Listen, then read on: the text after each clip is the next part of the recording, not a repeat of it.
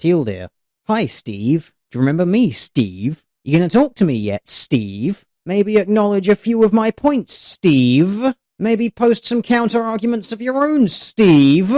Perhaps address some of your critics, Steve? Steve? Steve?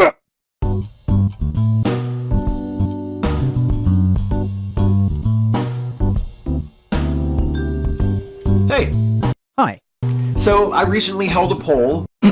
No, sorry, I'm being childish. But go on, Steve, you tell us all about that big poll that you took and how you worked really hard on it to get those delicious results that you wanted. With my Patreon patrons to choose which previous 5 Stupid Things topics I should revisit, and first place was a tie.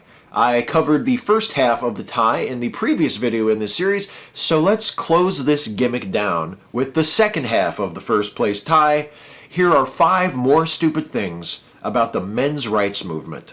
I just hope that some neck-bearded, basement-dwelling, fedora-wearing perma-virgin doesn't come and spread his misogynistic euphoria all over it. Selective acceptance. Men's rights activists don't typically exhibit terribly positive attitudes toward women. Citation needed. But there are exceptions. So you just lied. Good start. For example, women who agree with them that feminism is at best unnecessary and at worst oppressive and misandrist. So men's rights activists are accepting of women who agree with their point of view. It's almost as if they don't arbitrarily hate and dismiss people based on their gender, but are instead inclusive of people who share similar thoughts. And somehow this is sexist. Or, no, you know what? That's it. Women who reject feminism are highly favored by MRAs. They're held up as evidence that theirs is a legitimate ideology based on facts and reasonable assumptions, not a hate movement based on projection, fears of inadequacy, and unhinged misogyny. Right, so let me see if I understand your thought process here. Historically, and currently, you publish videos which makes the assertion that the men's rights movement and all men's rights activists are misogynistic, and that this is an essential characteristic to the movement and individuals therein. When men's rights activists and people within the men's rights movement actually then hold up the women within the movement and say, well, we have women within the movement, therefore how can we be misogynists, since misogyny is an unjustified and irrational hatred or mistrust of women, and you then point to this and say, aha! You are spending time with and talking to women and respecting their opinions, therefore you are a misogynist. Do you see why this is a very confusing thing? No, of course you don't. Also, can I just point out this? Women who reject feminism are highly favored by MRAs. They're held up as evidence that theirs is a legitimate ideology. Okay, now let's cut out some of the fluff. Women who reject feminism is a legitimate ideology. Reject feminism. Legitimate ideology. Reject feminism. Ideology. Is atheism a religion, Steve? Because not having an ideology is not an ideology. Also, observable facts and logic and empirical data is not an ideology. Also, I have not seen a men's rights activist ever hold up a woman and say, I have this, therefore my facts over here are true. The facts and empirical data used are separate from the women, except of course for when it's the women finding or presenting the empirical data. And rather interestingly, Steve, you seem to have neglected the fact that you just include all women who oppose feminism in this. You do realize that a woman can oppose feminism and not be a men's rights activist. And what about feminists who oppose the modern brands of feminism, who are frequently quite highly regarded within the men's rights movement? People such as Professor Christina Hoff Sommers and Camille Paglia. Just something to think about, Steve. Anyway, if MRAs hate women so much, why are there women who agree with them? Funny how that same logic doesn't seem to apply to men who support feminism. That's because the two are fundamentally very different. Men's rights activists tend to have objective goals to achieve. A few examples would be making it illegal to surgically alter the genitals of all infants below the age of majority outside of medical necessity, which is a specific legal right and protection afforded to females within the Western world, but not to males. Objective criteria for success. The concept that selective service, or the draft, should either be abolished for men or extended to include women. Again, objective criteria for success, affording the same legal reproductive rights to both men and women in regards to parenthood, usually phrased in regards to things such as consent to sex not being consent to reproduction. For example, a woman can have sex, become pregnant, and then either keep or abort the child. Postcoital rejection of parenthood is not an option afforded to the man. Again, there is an objective criteria for success, which is when a man at any time can walk away from a child and say, I do not want responsibility, and not have the state endlessly pursue him as a result. If a woman can opt out of parenthood, a man should have the same legal right. And don't just take my word for it. These very objective goals are actually laid out on A Voice for Men, which is a very popular men's rights website. Now, while there isn't certainly universal agreement amongst every men's rights activist as to what the exact goals of the movement are, there is still a large amount of agreement and overlap between all of them, and you can see this from simply watching any men's rights videos here on YouTube. The problem is, by comparison, when you ask feminists, what is your objective goal, you get the very wishy-washy answer of equality. And they then fail to lay out any objective terms for what they consider this equality to be, or to what objective standards every person needs to be held, or specific laws that they want to have changed, repealed, or enacted. And the worst part is that there is barely any consistency, as evidenced by modern feminists. Yeah, I don't really care if Camille Paglia calls herself a feminist any more than I give a shit if Christina Hoff Sommers calls herself a feminist. Okay, it's of no concern of mine. What she is someone with some ridiculous, completely incompatible philosophical and political views, and yeah, I just don't give a shit about them. Yes, that is the example of a modern feminist telling another feminist that they are not a feminist. Notice the total lack of objective criteria. But while there may be agreement within some fields of feminism, it is certainly not universal throughout the movement. Dishonest denial. One of the most interesting phenomena surrounding the men's rights movement is how many men will strenuously deny having any association with it, even while parroting its talking points. And really, who can blame them? The men's rights movement is so toxic, so obviously fueled by bigotry and male insecurity that even people who agree with everything MRAs typically say don't want to be taken for one. You have a wonderful circle of logic going on here, and I'm going to unravel it for you. You see, Steve, when you say things like this... For example, there are some in the MRM who have pointed out that it's unfair that men in the United States have to register with Selective Service when they turn 18, while women don't have to. I agree. Others have suggested that family courts might be unfairly biased in favor of mothers and against fathers when it comes time to deciding things like child custody. I think that's a serious issue. And again, I think we as a society should be just as intolerant of domestic abuse that victimizes men as we have become, relatively recently, I would like to point out, of domestic violence that victimizes women. You have just advocated for the rights of men, and yet I get this very distinct feeling that you will deny that this would make you a men's rights activist. But why would you want to deny such a thing? Well, it's because people like you come along and say, it's misogynistic. This is the one inescapable fact about the men's rights movement that makes it impossible for me to support. Do you see the circle of logic yet? You support men's rights, but you don't want to be called a men's rights activist. You don't want to be called a men's rights activist because it has a negative connotation. A negative connotation of your own making, that you have presented with zero evidence. And because you inform other people of this with zero evidence, they then believe that it is true, which leads you right back round to the beginning of the circle where you support men's rights, but you don't want to be considered one because you have convinced other people that if you're a men's rights activist, you're a terrible person. It is a self-fulfilling prophecy, Steve. Luckily, if you're a guy who is sick and tired of being called an MRA when you're not one, there's a real easy fix. Just stop being such a sexist crybaby. Try it. You might be surprised how well that works for you. Well, Steve, we have video evidence of you advocating for men's rights, so I'm just going to call you a men's rights activist. Guess it's time you stood behind those beliefs and stopped being such a crybaby. Harassment of critics.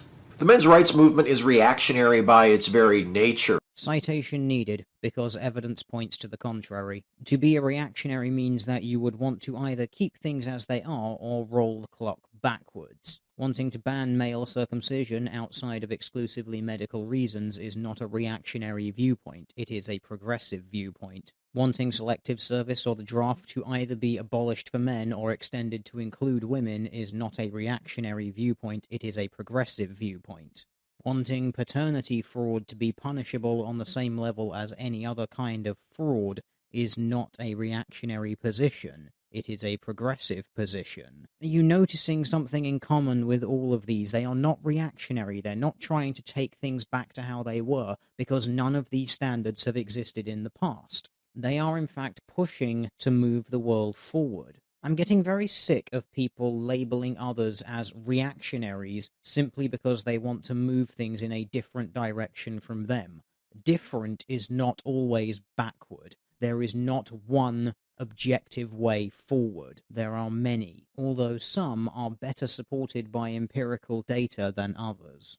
And just a point on this reactionaries versus progressives nonsense that keeps coming up. When you make the argument that we must do something because it will progress society, you're actually making a fallacious argument known as the appeal to novelty, basically stating that because something is new, it must be better than what currently exists, which is not always true. Also, consider your relentless push for progress. Now, this point isn't specifically aimed at Shives here, but it's aimed at pretty much most of these social justice or feminist people who will constantly advocate for social progress at the exclusion of caution. One day, when you get to your final end goal and you believe that you live in a utopian society where nothing can be made better, someone will come along and want to try something new, and then you will be on the receiving end of being relentlessly called a reactionary because you are opposing progress, as if progress alone is the basis of a good argument.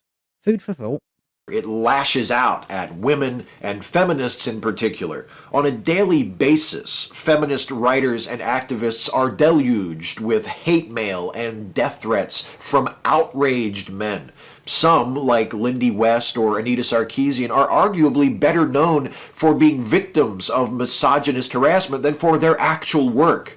I wonder if that has anything to do with the fact that they publish and publicize this harassment more than they do their actual work. Others have been driven from the public sphere altogether, which is understandable, but is also a terrible shame, because that's what the harassers want. Okay, you want to talk about harassment. Let's talk about harassment. Isolated individual comments from individuals is not harassment. It might feel like it, especially when it comes at you on the daily as a sort of wall of noise. Hell, even I get individual hate comments and hate messages and hate emails from people. But they are just individual messages from individual people, and I don't really give a fuck about them. In fact, they give me something to laugh at.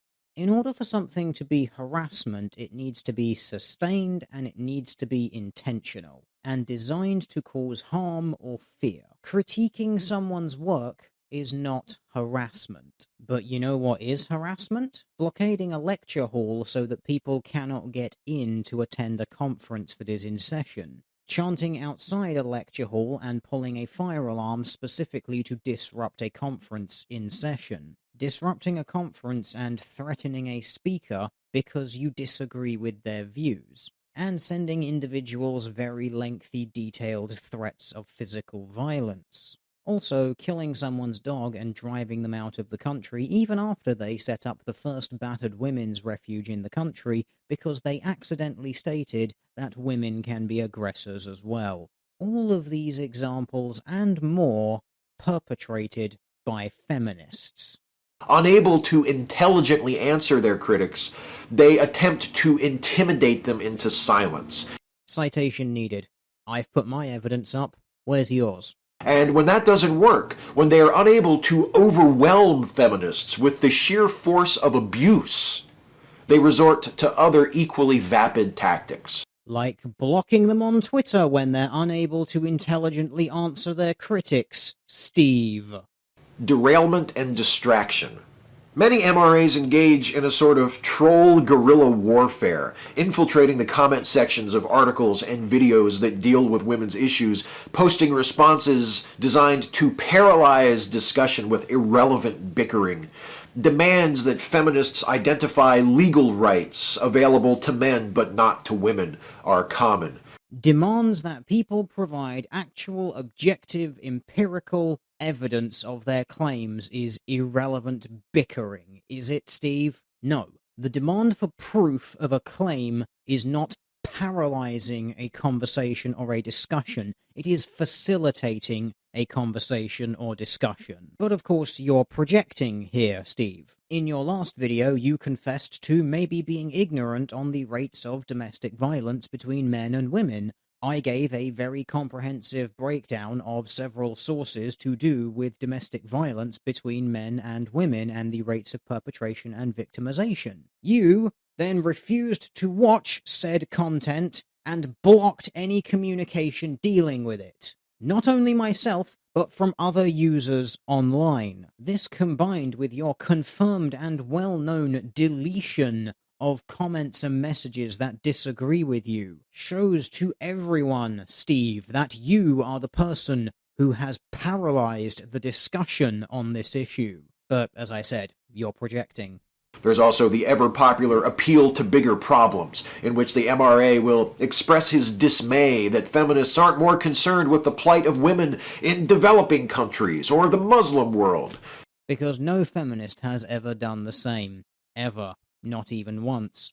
But again, we come to a very crucial difference here. The problems that feminists complain about in the first world tend to be very subjective issues of opinion, such as when they state ridiculous things like, catcalling is a problem and needs to be dealt with. And then a whole host of women come out of the woodwork and say, well, actually, no, I like being catcalled because it's a confidence booster, and other ones saying that they wish it happened to them. This is the sort of stuff that feminism in the first world is dealing with.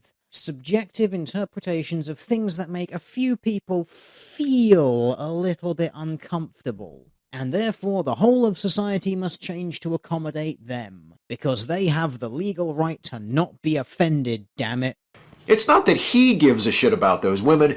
Citation needed. A lot of MRAs are actually concerned about the treatment of all people in third world countries, which is why many refer to themselves as the MHRM, Men's Human Rights Movement. He just thinks that feminists should worry more about them and leave sexist American assholes like him alone.